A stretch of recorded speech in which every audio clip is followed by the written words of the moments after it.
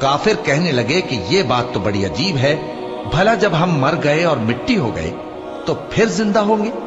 ये जिंदा होना अक्ल से बईद है। इनके जिस्मों को जमीन जितना खा खा कर कम करती जाती है हमको मालूम है, और हमारे पास तहरीरी याददाश्त भी है। बल्कि अजीब बात यह है कि जब इनके पास दीन हक आ पहुंचा तो इन्होंने उसको झूठ समझा। सो ये एक उलझी हुई बात में पड़े हैं। क्या इन्होंने अपने ऊपर आसमान की तरफ निगाह नहीं की कि हमने उसको कैसे बनाया और सजाया, और उसमें कोई शिगाफ तक नहीं? और जमीन को देखो, इसे हमने फैलाया और इसमें पहाड़ रख दिए और इसमें हर तरह की खुशनुमा चीजें उगाई ताकि रुजू लाने वाले बंदे हिदायत और नसीहत हासिल करें। और हमने आसमान से बरकत वाला पानी उतारा और उससे बाग उगाए और खेती का अनाज और लंबे लंबे खजूर के दरख्त जिनका गाभा तह बतह होता है। ये सब कुछ बंदों को रोजी देने के